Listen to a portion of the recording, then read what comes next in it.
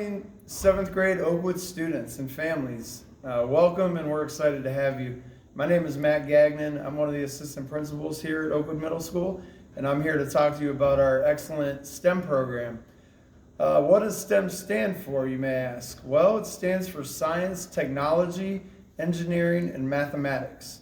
So students, if any of those words spark interest in you, then you would definitely want to consider joining our STEM program.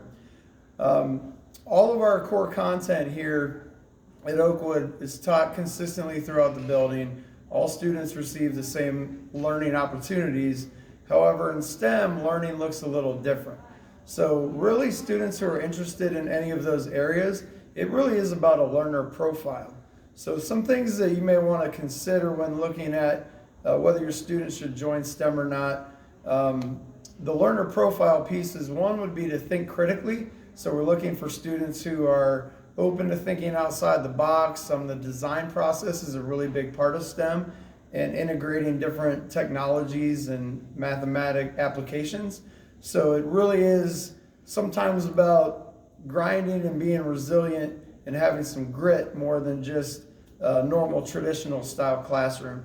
Also, being able to work in groups is a very important component for STEM. Students do a lot of group projects. You'll hear Mr. Cotton and Mr. Loftman talk a little bit about PBLs, which is problem-based learning, and it's really about having an identified problem and being able to find solutions. So students have to be able to work together to solve those. And again, that group component is something over the years we found is a very important piece for STEM students. The rigor is really there, and students are challenged in the program. There is definitely an integration between all subject areas, and that all ties together with Gateway to Technology and the projects that they do in that classroom. And again, you're going to see those opportunities throughout this video. The one main difference between the STEM program and any other program here at Oakwood is that STEM students must take the Gateway to Technology course, and they must be involved in some outside of school science or math related activities like Mathletes or science fair, science Olympiad.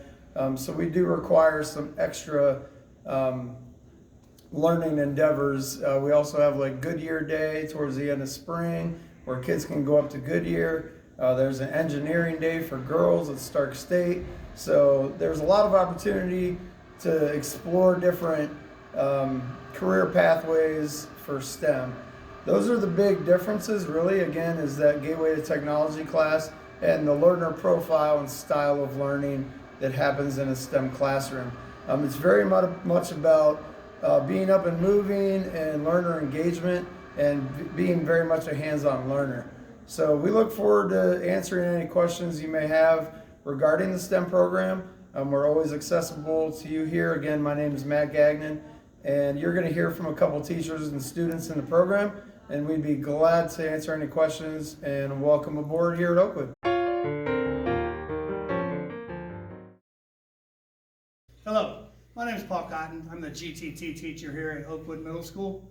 GTT stands for Gateway to Technology. It's really a pre-engineering class. Kind of go through a few things that we do in our class. In 7th grade, we start with the design process, everything from defining the problem all the way to building and constructing prototypes and then presenting the solution. So presenting is a big part of it, so kids have to be able to present. Now 8th grade also uses that design process, and we use the design process in our PBLs in our classes also. In 7th grade, we start off with building things like an ankle foot orthosis, using this design process to see how we can do it.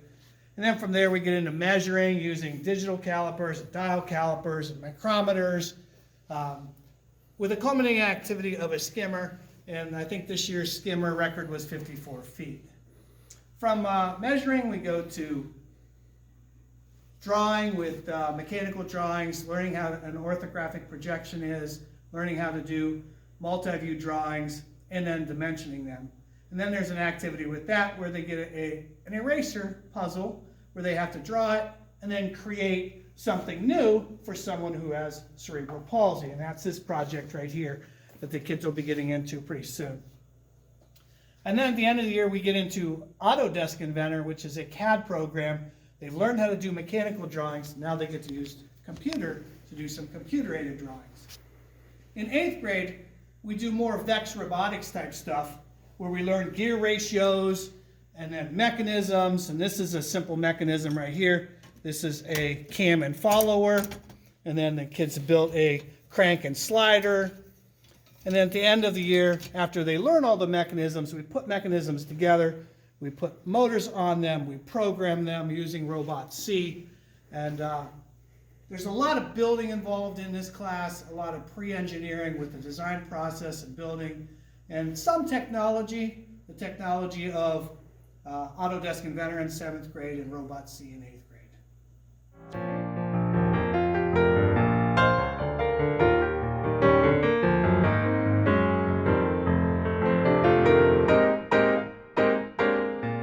My name is Scott Loftman. I am a 7 STEM science teacher here at Oakwood, and I'm going to just share a little bit with you about what it means to be a 7 STEM student. The first thing I guess you need to understand is what STEM is: science, technology, engineering, and math. And I know you've probably heard that before, but if one of those words kind of like spark an interest in you, then STEM might be something you want to consider. So if you have a gear towards that, focusing on one of those subject areas or areas of STEM, then by all means, this might be a step you want to take in the future. Along with that, what kind of a kid fits in with STEM? And so that's going to fit into what I'm going to talk about. One of the things we do in STEM that's different than the other communities is we have PBL, project-based learning or problem-based learning. And with that concept, we usually, every quarter, have some sort of a problem or project that we're working on. And so what I mean by that, I'll just give you an example. One year, we built food trucks. And so this is a model of a food truck that we put together. This is one side of it here. You can see a lot of details on that, and it even actually goes inside and shows some of the components there. Now, obviously this took a little bit of time to put together, but the things that you don't see is what happened to get us to that point. This food truck was made by scale, and so they learned that in math class. So you're learning your regular concepts in class, but you're also tying it into a project. So the food truck, the math class did some research not only on scale, but they also did some on calories, because when we're doing food trucks, we started talking about food. And historical literacy, they researched the history of calories and healthy food diets. They went all the way back to the Greek days and looked at some of the diets they were having and brought it all the way up to modern day. And language arts, the students that are in STEM for a part of our PBL, they did some research, and they also did presentations working on public speaking skills. And then certain groups actually reached out in the community and contacted local businesses to come here at Oakwood and bring their food trucks and be a part of a day for us here in the afternoon. And the food truck showed up, the kids had made contact, they went out and talked to those folks, and then they also provided some food for us to eat in the afternoon, which was a big surprise, and a lot of kids really enjoyed that. In science class, we actually looked at trucks. We came down to the auto tech. They put a truck up on a lift. We got to look at some of the axles and brake concepts and some of the things that make vehicles go. And then in class, we put together a balloon-powered car and had a competition with that. So a lot of different components. Now, when you hear that, you say, that sounds like a lot of fun. And it is. I mean, I really enjoy STEM. Most of the kids enjoy some of the things that we do in STEM. But you have to also understand that there's a lot of rigor there. Because not only are we learning the regular structure of science and math and language arts, all the content, we're also adding another layer on top of it by doing PBL. And so another one of those layers is, as you can see here on the board, is science fair. So in STEM, you do have to do a science fair. And so we do science, we learn the scientific method, and then also on top of it, you're gonna have to do a science fair presentation, which gets to be quite a bit of work. So again, that rigor is there. And so what you do for science fair, not only do you have to learn the scientific method and apply it. Many people know what the science fair board and experiment is like, but here for STEM, you present in class. That would be your local science fair. And then we'll have a day later, about a month after you present in class, where you'll present in the library to local people. It could be teachers, could be some administrators. And if you get judged well and you do really well there, then you can go on to Stark State and compete at that level. At Stark State, there's prizes given. We have like a big science night. And if you do well there and score well, you can go on to districts at Mount Union to compete at a district level. And again, if you score well there, then you have the opportunity to go on to the Ohio State University and compete at a state level. So you can see just by these couple examples, there's layers on top of regular curriculum that you're going to have to do. So who fits well into STEM?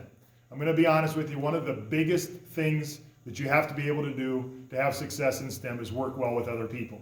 That group concept, and most of the projects that we do, you are going to be collaborating with other students. And you have to be able to listen and take critique and give back some feedback. And you know, a lot of times when you're in STEM, you kind of feel like, hey, I know everything, you're going to do it my way. Well, that doesn't really work well. You have to be able to listen, give advice, and take advice at the same time. So what is STEM? How does it work? Again, focusing on that science, technology, engineering, and math, being able to work well with other people, and be able to handle rigor that's going to be a little bit more than probably what you're used to in the everyday classroom. And so those are a few things. Hopefully that helps you to understand what STEM is like.